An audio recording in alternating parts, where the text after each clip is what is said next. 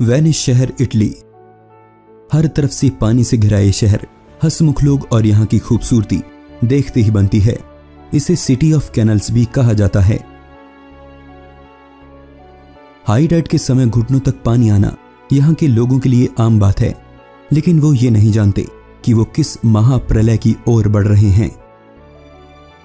इधर पेरिस शहर, फ्रांस में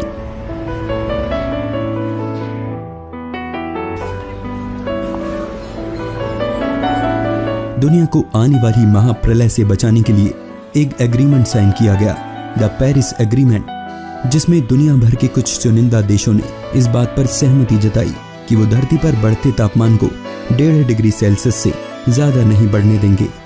इसके लिए हर संभव प्रयास किए जा रहे हैं, लेकिन शायद इतने नहीं कि हम इस विनाश को रोक पाएं। इससे पहले कि हमारी बसाई मेट्रोपॉलिटन शहर सिर्फ कंक्रीट के जंगल भर बनकर रह जाएं, आधे शहर पानी के नीचे हों, नदियां रेगिस्तान बन जाएं और ग्लेशियर्स सिर्फ इतिहास की किताबों के किसी पन्ने पर दिखाई दें, हमें इस विनाश को समझना होगा। अगर आप इस धरती पर अपना और अपने बच्चों का भविष्य देखना चाहते हैं तो चलिए फ्यूचर की एक हॉरर स्टोरी सुनते हैं। अगर आपको इस दौरान जरा सा भी डर लगे तो समझिएगा कि अब आपके भविष्य की कमान आपके हाथ में है। शुरुआत से ही मनुष्य प्रकृति पर अपना अधिकार जमाता आया है, सिर्फ इसलिए कि उसमें समझ है। पिछले 30 से 40 दशकों से हमने बहुत तरक्की कर ली है। आज हमारा लाइफस्टाइल पूरी तरह से बदल गया है, सब कुछ आरामदायक हो गया है। हम अधिक और अधिक ऊर्जा की खपत कर रहे हैं। नतीजा, हमने धरती और दूसरी प्रजातियों को हाशिए पर लाकर खड़ा कर दिया है। दूसरी प्रजातियां ही क्यों, हमारी आने वाली पीढ़ी भी खतरे से बाहर नहीं है। आज जिस हवा में 7 बिलियन से भी ज्यादा लोग सांसें ले रहे हैं, उसमें हर वक्त हजारों टन CO2 और अन्य जहरीली गैसेस छोड़ी जा रही हैं, जिससे एयर पॉल्यूशन तो हो ही रहा है, साथ ही हमारी धरती किसी भट्टी की तरह गर्म होती जा रही है, यानी कि ग्लोबल वार्मिंग। कार्बन डाइऑक्साइड एक मुख्य ग्रीन हाउस गैस है, जिसका लेवल हमारी हवा में अगर 450 ppm तक पहुंच जाता है तो ये हमारे लिए खतरे की निशानी होगी। CO2 अर्थ की रिपोर्ट के अनुसार 2012 में ही हम 400 ppm के खतरनाक स्तर को पार कर चुके हैं और अभी हम 408 ppm पर हैं। अगर ऐसा ही चलता रहा तो आने वाले 50 सालों में हम धरती नामक एक ऐसे जहरीले गैस चैम्बर में ट्रैप हो जाएंगे जहां से बच निकलना बहुत मुश्किल होगा। हर पल बढ़ता तापमान हमारे लिए दूसरा बड़ा खतरा होगा और ग्लेशियर्स से पिघलती बर्फ तीसरा बड़ा खतरा। अकेले ग्रीनलैंड ग्लेशियर्स में ही इतनी बर्फ जमी है कि वो पिघलकर समुद्र में मिल जाए तो सी लेवल 7 मीटर तक बढ़ जाएगा और इससे कहीं ज्यादा बर्फ धरती के दोनों पोल्स पर जमी हुई है। अगर ये बर्फ पिघली तो इसका अंजाम सोचने भर से ही रूह कांप उठती है। New York city, USA। हर रोज की तरह आज भी एक व्यस्त दिन की शुरुआत हुई। लोग ऑफिस के लिए निकल चुके हैं और इस भीड़ को इनकी मंजिल तक पहुंचाने का काम है न्यूयॉर्क सबवेज के पास। न्यूयॉर्क मेट्रो सबवे न्यूयॉर्क शहर की इकोनॉमी को चलाता है, शहर की सड़कों के ठीक नीचे बनी अंडरग्राउंड टनल से। ये टनल सी लेवल से नीचे हैं और इसीलिए इन्हें रोज एक भारी दिक्कत का सामना करना पड़ता है। इन सुरंगों से लाखों गैलन पानी हर रोज पंप आउट किया जाता है। दरअसल न्यूयॉर्क भी धीरे धीरे डूब रहा है। वो दिन दूर नहीं जब न्यूयॉर्क, मियामी, वेनिस और जकार्ता जैसे बड़े शहर पानी के नीचे होंगे। ग्लेशियर्स इस अलार्मिंग रेट से पिघल रहे हैं। जिन ग्लेशियर्स को बनने में लाखों साल लगे वो महज कुछ हजार सालों में गायब होने वाले हैं। अकेले अंटार्कटिका से ही हर साल 176 बिलियन टन बर्फ गायब हो रही है। लाइफ साइंस की रिपोर्ट शायद आपके रोंगटे खड़े कर दे। सिर्फ जुलाई 2019 के महीने में ग्रीनलैंड ग्लेशियर्स की 217 बिलियन टन बर्फ पिघलकर अटलांटिक ओशन में जा मिली। 31 जुलाई इस महीने का सबसे भयानक दिन था। केवल इसी दिन में 11 बिलियन टन बर्फ ग्रीनलैंड ग्लेशियर्स से गायब हो गई। इस जुलाई को अब तक के सबसे गर्म महीनों में रिकॉर्ड किया गया है। कई वैज्ञानिक तो ये भी मानते हैं कि हमने आर्कटिक को बचाने में बहुत देर कर दी और शायद इसे आने वाली पीढ़ियां नहीं देख पाएंगी। अगर हम आज से भी ग्रीन हाउस एमिशंस बंद करते हैं फिर भी हम आर्कटिक को नहीं बचा पाएंगे। अगर ऐसा ही चलता रहा तो बड़े बड़े तूफान जो हमें कई 100 सालों बाद देखने को मिलते हैं वो हमारी जिंदगी का हिस्सा बन जाएंगे। साइंस फिक्शन मूवीज की तरह 100 मीटर ऊंची मेगा सुनामी आम लोगों की जिंदगी का कड़वा सच बन जाएगी। हमारा पर्यावरण इतना अनस्टेबल हो जाएगा कि आने वाली आपदा का पता लगाना नामुमकिन होगा और फिर शुरू होगा कुदरत और इंसान के बीच इस ग्रह पर बचे रहने का एक लंबा संघर्ष। ऐसे में इंसान के पास सिर्फ 2 ऑप्शंस बचेंगे, या तो यहां रुको और सामना करो या फिर किसी और ठिकाने की तलाश करो। तो ये हो सकता है हमारा आने वाला भविष्य। क्या इंसानियत वाकई में ये जोखिम लेने के लिए तैयार है? मुझे खुशी होती अगर सिर्फ यही कहानी का अंत होता, लेकिन ये विनाश हमारी कल्पना से भी कहीं ज्यादा है।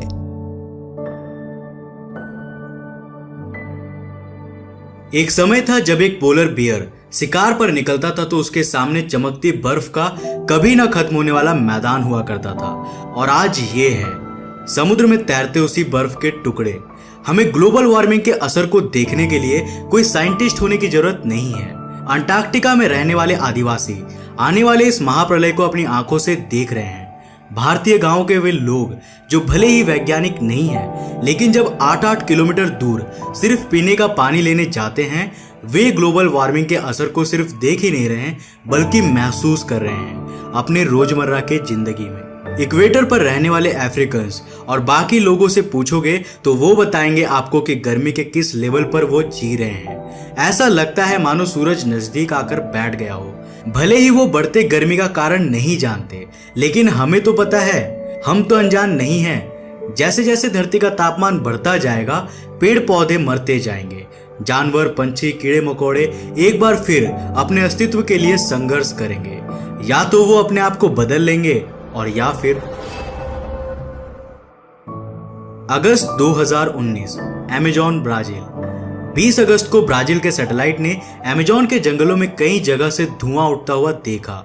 वैसे अमेज़न की वाइल्ड फायर कोई नई बात नहीं है, ये हर साल होती है, लेकिन डर तो तब लगने लगा जब ये पता चला कि ये आग पिछले साल से 84% ज्यादा बढ़ी थी। सिर्फ ब्राजील में ही एक ही समय पर 2500 जगहों पर आग लगी थी। 11,000 स्क्वायर किलोमीटर का एरिया जलकर खाक हो गया। 20 लाख से भी ज्यादा जानवर इसी आग की चपेट में आ गए। जो पेड़ मशीनों की तरह कार्बन डाइऑक्साइड सोखने में लगे हुए थे, ऐसे ही करोड़ों पेड़ आग की भेंट चढ़ गए। आइए मैं आपको कुछ खौफनाक आंकड़े बताता हूँ।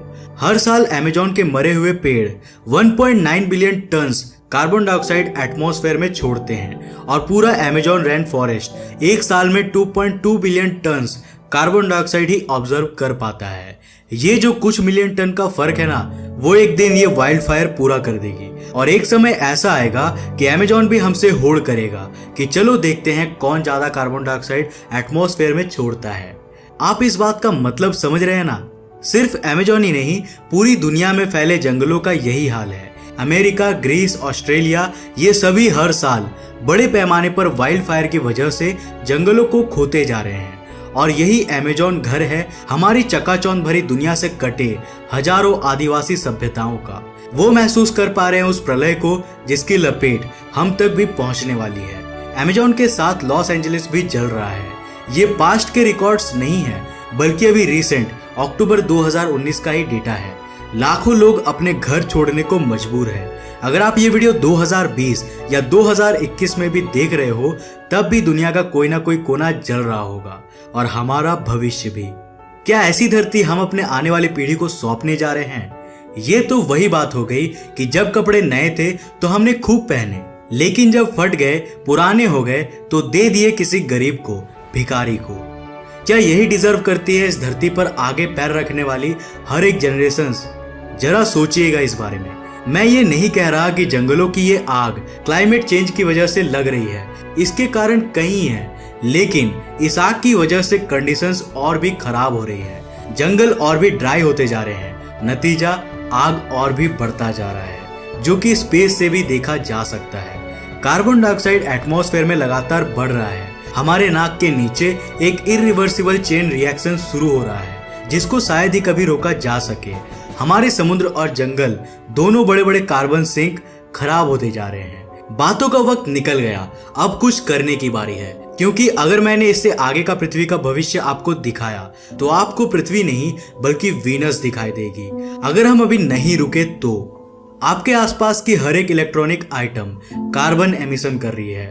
वो बल्ब जो आपके कमरे में लगा हुआ है, वो पंखा, आपका फोन, टीवी, एसी, ओवन, सब के सब, हर स्विच जो आप दबाते हो, हर प्लग जो आप लगाते हो, वो एक सोर्स है कार्बन एमिशन का। या जो पावर वो कंज्यूम कर रहा है उससे कार्बन एमिशन हो रहा है। अब बताइए मैं और आप कितने जिम्मेदार हैं इस कार्बन एमिशन के लिए, उस एमिशन के लिए जो बिना जरूरत के चलते पंखे से हो रहा है, उस एसी से जो चल रहा है लेकिन कोई जरूरत नहीं है, हर वो इलेक्ट्रॉनिक आइटम जिसे हम बाहर जाते समय बंद करना या प्लग आउट करना भूल जाते हैं, उसके लिए हम जिम्मेदार हैं। याद रखिए, अगर कल को बचाना है तो आज को सुधारना ही होगा। ऑटोमोबाइल इंडस्ट्री जो अभी बूम पर है, हजारों लाखों गाड़ियां हर रोज पहली बार सड़क पर निकलती है और उनमें यूज होता है फॉसिल फ्यूल्स। ये फॉसिल फ्यूल हमारे लिए एक ऐसा मीठा जहर बन चुका है जिसका स्वाद अभी हमारे जुबान पर चढ़ चुका है, लेकिन जल्द ही हमारी आंखों के सामने घना अंधेरा होगा। लेकिन तब तक बहुत देर हो चुकी होगी। But it doesn't end there.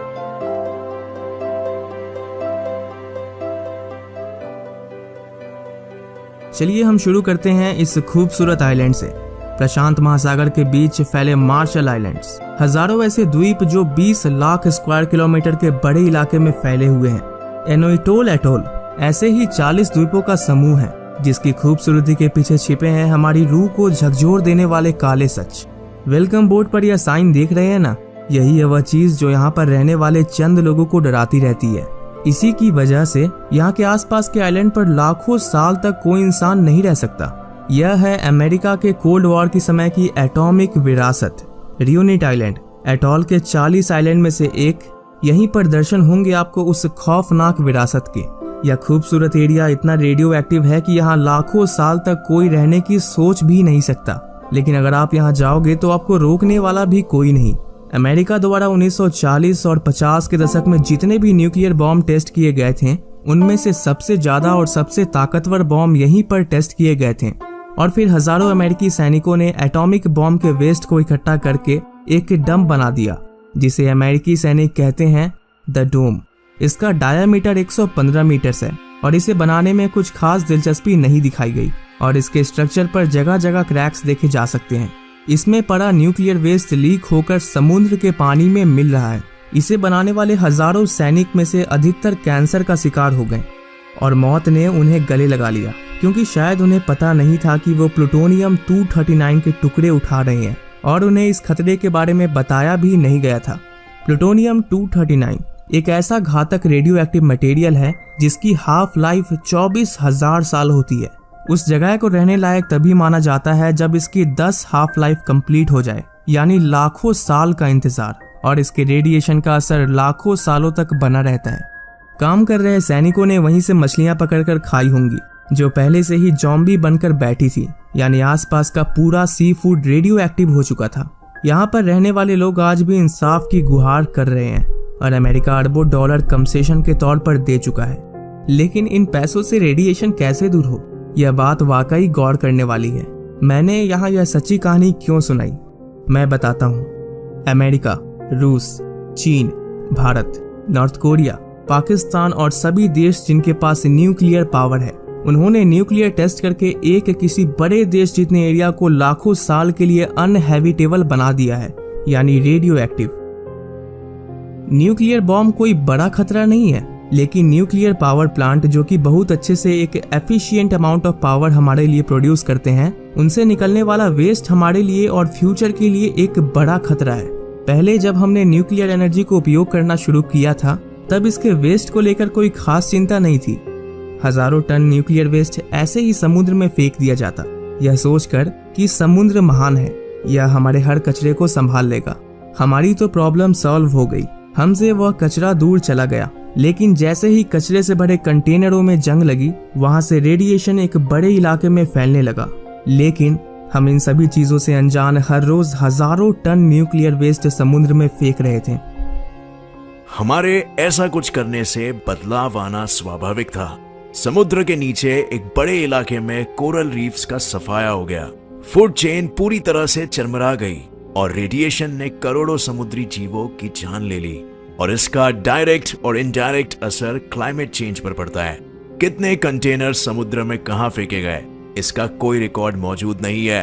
क्या पता जो मछली आप किसी समुद्री यात्रा के समय पकड़ रहे हो वो उसी कंटेनर पे लगी हुई एल्गे को खाकर आई हो। लेकिन अब तो हम संभल गए हैं, तो फिर चिंता किस बात की है? चिंता है, मान लो अगर कोई बड़ा महाप्रलय आता है तो बचे हुए लोगों को या नई पनपी सभ्यता को हम कैसे बताएंगे कि यहाँ इस जमीन में सिर्फ मौत दबी हुई है, न्यूक्लियर वेस्ट के रूप में। जब हम खुद को इजिप्ट के पिरामिड्स के कोने कोने छान मारने से नहीं रोक पाए तो उन्हें उस आइलैंड पर जाने से कैसे रोक पाएंगे? कैसे उनकी क्यूरियोसिटी को दबा पाएंगे? आजकल न्यूक्लियर वेस्ट को बड़े कंक्रीट के गड्ढों से दबा दिया जाता है और फिर उनके मेंटेनेंस पर करोड़ों रुपए खर्च किए जाते हैं।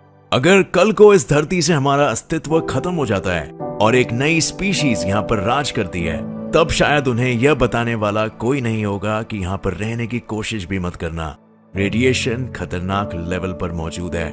न्यूक्लियर वेस्ट को ठिकाने लगाने के हमारे सभी तरीके टेम्पररी है और इन तरीकों से हम उनकी क्यूरियोसिटी को भी कभी नहीं रोक पाएंगे। लेकिन फिनलैंड इस पर काम कर रहा है। वह एक बड़े पहाड़ को काट कर एक टनल में सैकड़ों मीटर नीचे न्यूक्लियर वेस्ट को दबाने की प्लानिंग कर रहा है। वह जगह पूरी तरह से आइसोलेटेड होगी और इसमें सुनामी और भूकंप जैसी हर खतरे को झेलने की ताकत होगी और इसे सैकड़ों सालों तक काम में लिया जाएगा। और जब चैनल में बने सभी गड्ढे न्यूक्लियर वेस्ट से भर जाएंगे तब इसे एक मोटी कंक्रीट की दीवार से बंद कर दिया जाएगा सदा के लिए, और इस दीवार पर एक मैसेज छोड़ा जाएगा। ये जगह एक मैसेज है, आप इस पर ध्यान दें। आपको यह मैसेज देना हमारे लिए बहुत जरूरी है। हम खुद को एक बहुत ताकतवर संस्कृति मानते थे। यह स्थान कोई सम्मान का स्थान नहीं और ना ही यहाँ पर किसी को याद किया जाता। यहाँ ऐसा कुछ भी नहीं जो आपके काम आए या आपके लिए मूल्यवान हो। अगर आप यहाँ पर किसी की तलाश में आए हो तो लौट जाइए, क्योंकि यहाँ जो भी था वो हमारे लिए बहुत ही खतरनाक और प्रतिकूल था। यह मैसेज भी आपके लिए उसी खतरे की चेतावनी है। यह खतरा एक पर्टिकुलर जगह पर है, केंद्र की तरफ यह बढ़ता जाएगा। रुकिए, यही है खतरे का केंद्र, एक विशेष आकार में ठीक हमारे नीचे। ये भयानक खतरा आज भी मौजूद है, जैसा कि हमारे समय में था। ये आपके शरीर को चोट पहुंचाएगा और आपको मार भी सकता है। इस खतरे का रूप एक एनर्जी रेडिएशन है जो कि आपको दिखाई नहीं देगी। यह खतरा तभी उत्पन्न होगा जब आप यहाँ पर छेड़छाड़ करोगे। वैसे यह स्थान बहुत अच्छा है, अगर इसे ऐसे ही छोड़ दिया जाए तो। इस मैसेज को कई सारी भाषाओं में ट्रांसलेट करके उस मोटी कंक्रीट की दीवार पर लगाया जाएगा, क्योंकि वैज्ञानिकों का मानना है कि शायद हो सकता है कि उस समय तक इनमें से कोई भाषा जीवित रह जाए और वो हमारे इस मैसेज को समझ पाएं। इसके अलावा अनेकों प्रकार के चित्रों से भी उन्हें इस जगह से दूर रहने की सलाह दी जाएगी।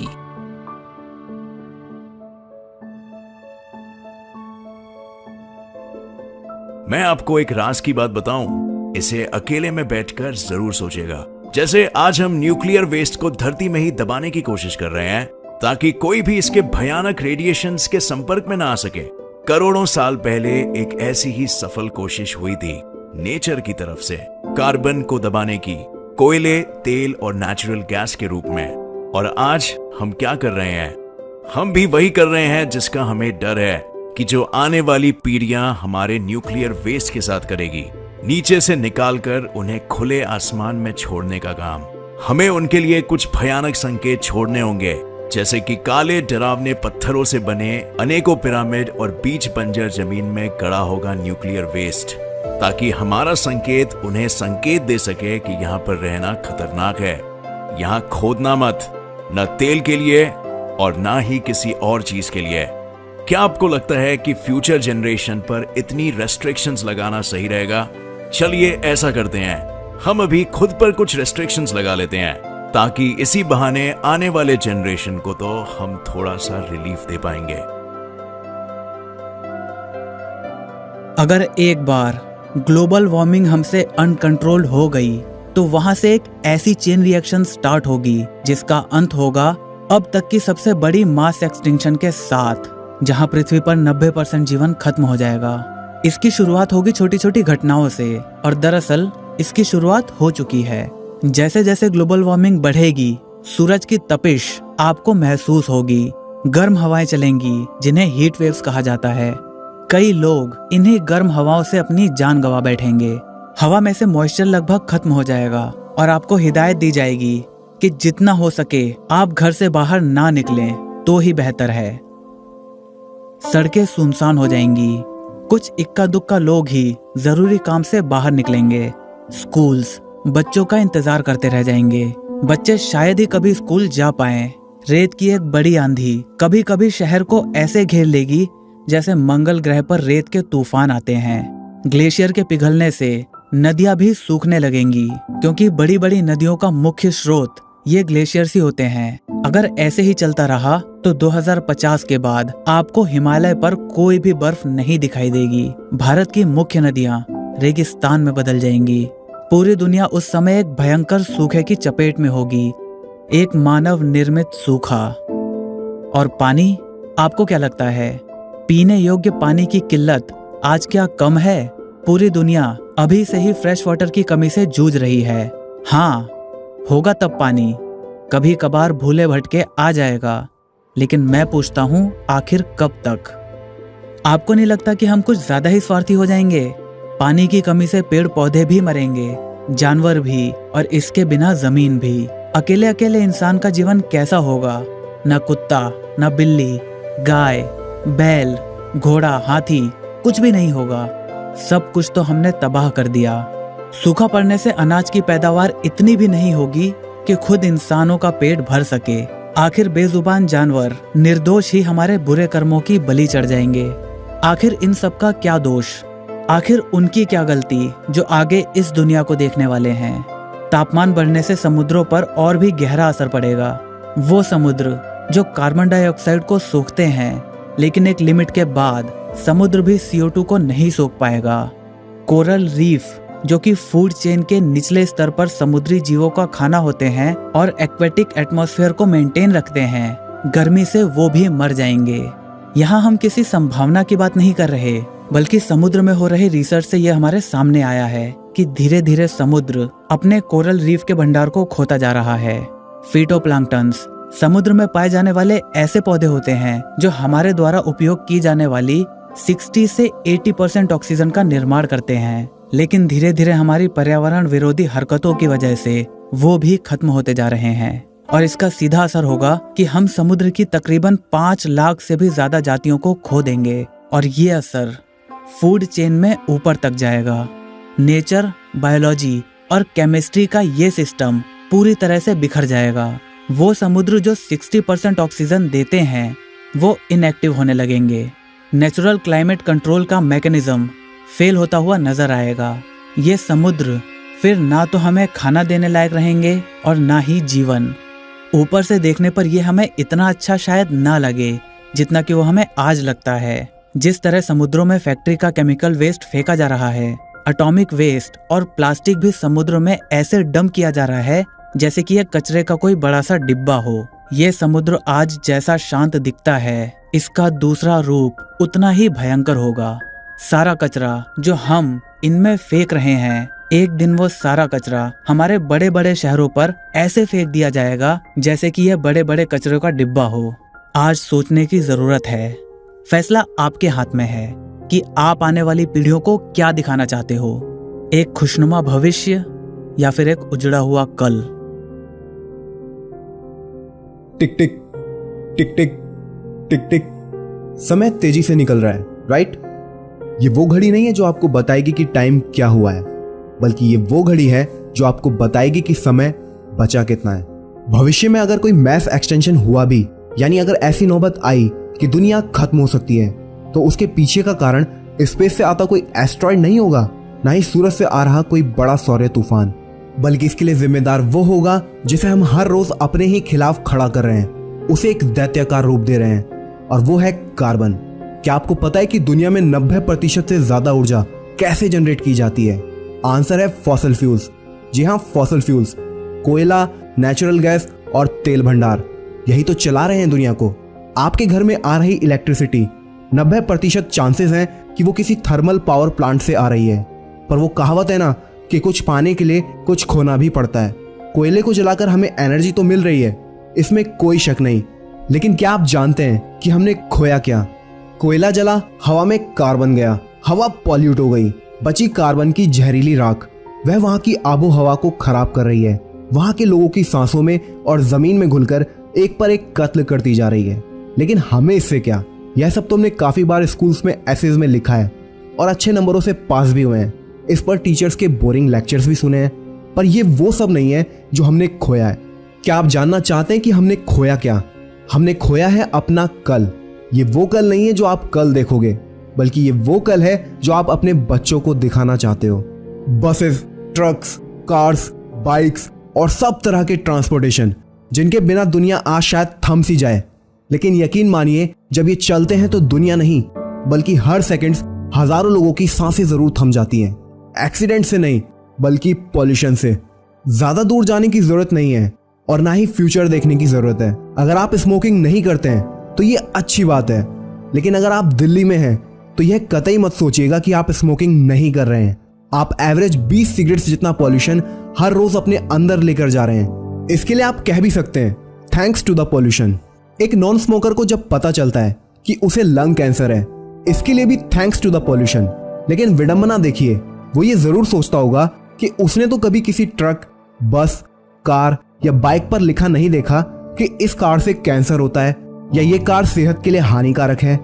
अगर आप नॉन स्मोकर अपने जैसे किसी बड़े इंसान को एज्यूम कर रहे हैं तो ये देखिए हंसते खिलखिलाते हुए छोटे चेहरे, यह वह नॉन स्मोकर हैं जो ना चाहते हुए भी हर रोज 20 सिगरेट्स जितना पॉल्यूशन अपने अंदर ले रहे हैं। जरा सोच कर देखिए क्या होगा इनका भविष्य। दिल्ली तो महज आपके लिए एक उदाहरण था। दुनिया की एक बड़ी महाशक्ति चीन भी इन्हीं हालातों से गुजर रहा है। दूसरे और देश भी हैं जो पीछे नहीं हैं। दरअसल ये समस्या पूरी दुनिया की है। यहाँ पर बात ये नहीं है कि सिर्फ thermal power plant, motor car या फैक्ट्रियों से निकलने वाला जहरीला धुआं ही खतरनाक है। ये हमारी दैनिक जरूरतें हैं और इन्हें हम एकदम से यूज करना बंद नहीं कर सकते हैं, लेकिन अपने आने वाले कल को बचाने के लिए इन्हें सही ढंग से तो यूज कर ही सकते हैं, राइट? ग्लोबल वार्मिंग और पॉल्यूशन की सबसे बड़ी वजह है फॉसिल फ्यूल्स और ज्यादा फॉसिल फ्यूल्स। हम फॉसिल फ्यूल्स को इतना यूज क्यों करते हैं? क्योंकि ये इजीली अवेलेबल है, सस्ता है और इसके अनेकों फायदे गिनाए जा सकते हैं। लेकिन एक शब्द है जो इन सब पर भारी पड़ता है और वो है कार्बन। अगर हम फॉसिल फ्यूल्स का यूज ऐसे ही करते रहे, लगातार करते रहे, तो हम कार्बन से नहीं बच सकते हैं, किसी भी हाल में नहीं। हर जगह बेकार पड़ी गाड़ियां खड़ी हैं, जो शायद अरसों से धूल चाट रही हैं, क्योंकि फॉसिल फ्यूल तो खत्म हो गए हैं ना। सुबह हो या शाम, हमारे लिए तो बस एक ही समान है। आसमान में धुआं ही इतना है कि रोशनी कभी नसीब ही नहीं होती। हर तरफ लोग तो होते हैं, लेकिन फिर भी मन नहीं लगता, क्योंकि सबने मास्क जो लगा रखे हैं। मैंने कभी बाजार में किसी को हंसते हुए नहीं देखा। मास्क लगा हुआ है शायद इसीलिए, या शायद वो हंसना ही भूल गए हों। मामा बताते हैं कि शहर से बाहर एक बहुत बड़ा जंगल है जहाँ सैकड़ों पेड़ लगे हुए हैं, लेकिन मैंने वो कभी नहीं देखा। पर हाँ, टाइगर के बारे में, मोर के बारे में तो मैंने सुना है। मम्मा बताते हैं कि वो सब अब खत्म हो गए हैं। आपको पता है कि मैं बर्फ के बारे में भी जानती हूँ। पापा ने जब बताया कि पहाड़ों पर ऐसे आसमान से बर्फ गिरती थी, पहले तो मुझे यकीन ही नहीं हुआ। फिर पापा ने मुझे कुछ वीडियोस दिखाए तो मैंने कहा वाओ, काश मैं भी यह सब देख पाती। पर सच बताऊं तो मैंने कभी बर्फ नहीं देखी। यहाँ तो लोग पानी की एक एक बूंद के लिए मरने मारने पर उतारू हो जाते हैं। सरकारी वाटर वैन से छीना झपटी करके जो भी पानी मिलता है, उसी की एक एक बूंद को हिसाब से खर्च करते हैं।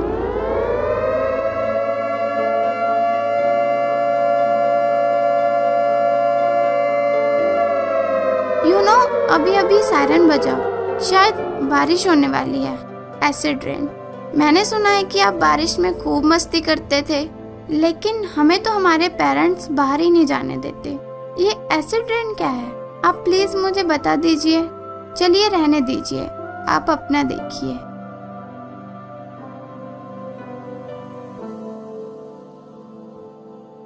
शायद से भविष्य आपको अच्छा नहीं लगा होगा, लेकिन क्या करें, हम अपने आप से झूठ नहीं बोल सकते हैं।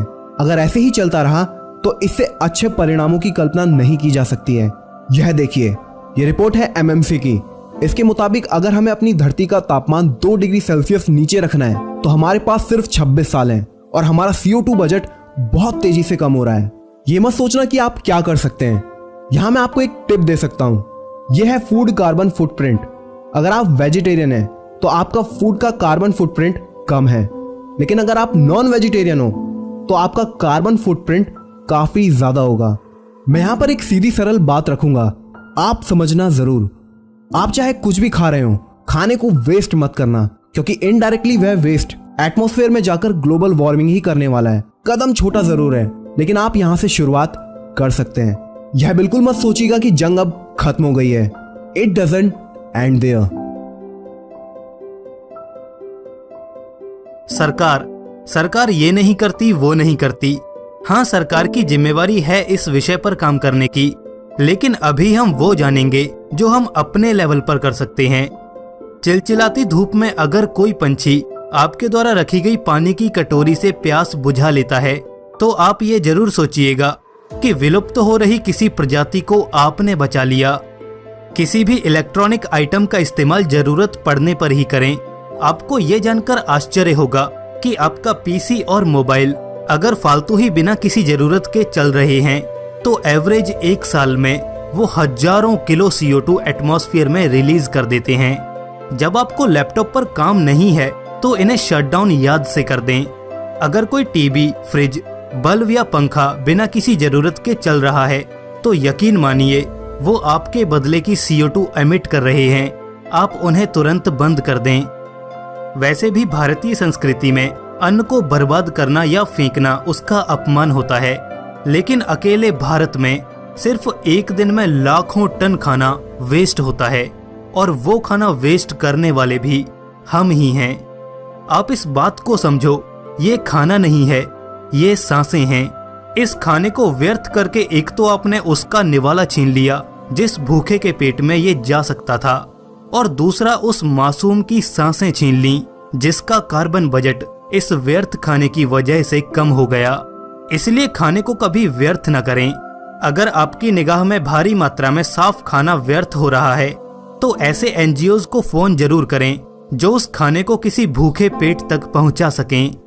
जल है तो कल है, ये आपने जरूर सुना होगा, लेकिन ये कल आज खतरे में है। इसे बचाना अब जिम्मेवारी नहीं, मजबूरी बन गया है। रोजमर्रा की जिंदगी में ऐसे कई मौके आते हैं जहां पानी की एक बूंद को बचाया जा सकता है, तो आप उन मौकों को कभी भी हाथ से न जाने दें। अगर हो सके तो वाहनों का प्रयोग लंबी दूरी की यात्रा तक ही सीमित रखें। लंबी दूरी के लिए भी अगर संभव हो तो पब्लिक ट्रांसपोर्ट का ही यूज करें। छोटी दूरी आप पैदल या साइकिल पर तय करने की कोशिश करें। किसी भी खुशी के मौके को सेलिब्रेट करने का अंदाज बदलें। किसी की शादी, बर्थडे, दिवाली, क्रिसमस या न्यू ईयर पर लोगों से मिलकर मिठाई के साथ खुशियां मनाएं, या पेड़ लगाकर, जो आपकी तरफ से सभी को बेस्ट गिफ्ट होगा। हवा को दूषित करके या किसी और की खुशियां छीनकर, यानी कि पटाखे वगैरह के साथ खुशियां मनाने का कोई मतलब ही नहीं। हाँ, अगर आस्था का सवाल है तो आप शगुन के तौर पर कुछ पटाखे चला सकते हैं, लेकिन बदले में 5 पेड़ लगाने का संकल्प जरूर लें। पॉल्यूशन को प्रमोट करने वाली किसी भी एक्टिविटी में शामिल न हो। यही आपकी तरफ से क्लाइमेट चेंज के खिलाफ सबसे बड़ा कंट्रीब्यूशन होगा।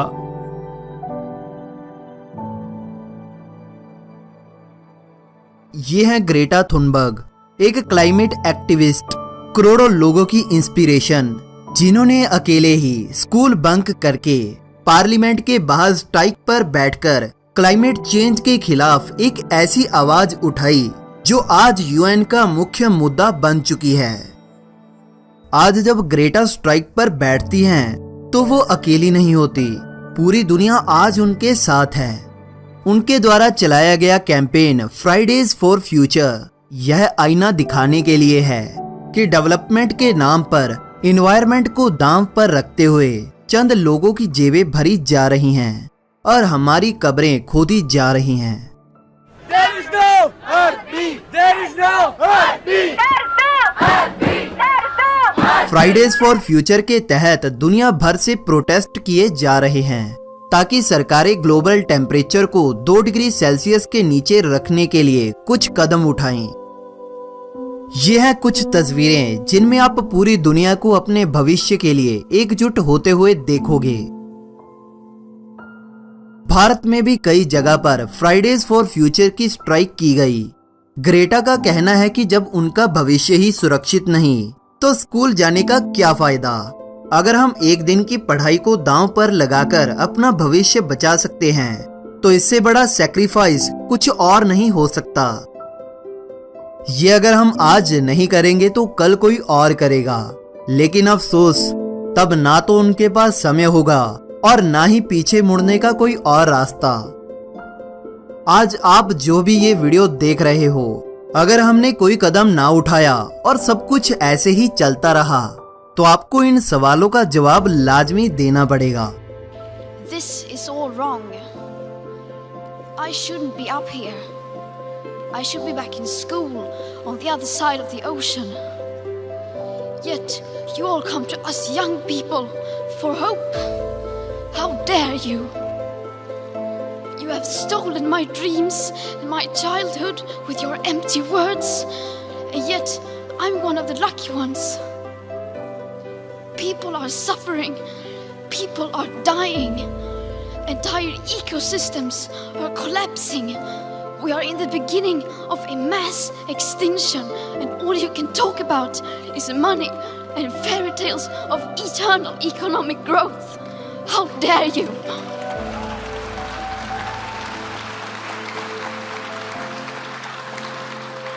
ग्रेटा तो यहाँ पर आइकन के तौर पर हैं, लेकिन पर्दे के पीछे अनेकों फ्यूचर हीरोज काम कर रहे हैं। अगर आप भी किसी ऐसी संस्था के बारे में जानते हैं तो क्लाइमेट चेंज के खिलाफ आप अपना किरदार जरूर अदा कीजिए।